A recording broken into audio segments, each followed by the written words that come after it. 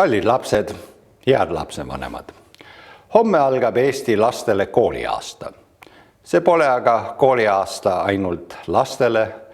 Õppimine ootab ka lapsevanemaid, vanavanemaid ja muidugi õpetajaid endidki.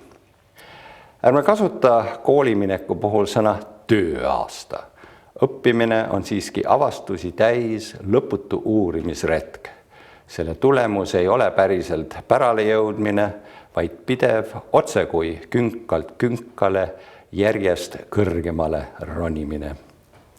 See, kui tublid ja usinad te koolis olete, kui palju te uusi teadmisi ja oskusi omandate, kui palju te õpite, saate mõtlemise kindlust ja arutlemise julgust, see kõik on teie tuleviku alusmüür ja teie endi teha.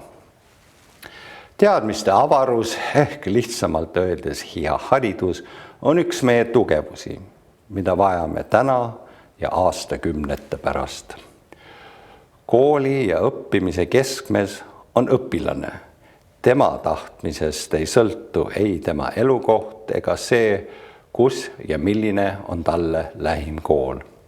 Seega peab igas koolis saama laps tema võimeid, oskusi ja isikuomadusi parimal määral arvestava hariduse. Hariduse, mis annab sisu homsele Eestile.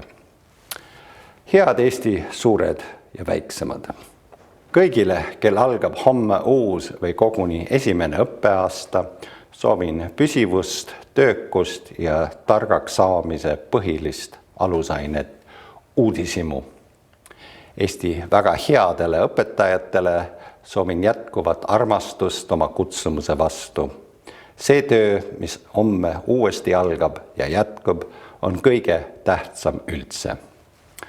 Lapsevanemaid julgustan aga olema kannatlikult järjepidevad, suunates oma lapsi hariduse ja teadmiste juurde. Soovin kõigile ilusat kooliaasta algust ja turvalist kooliteed.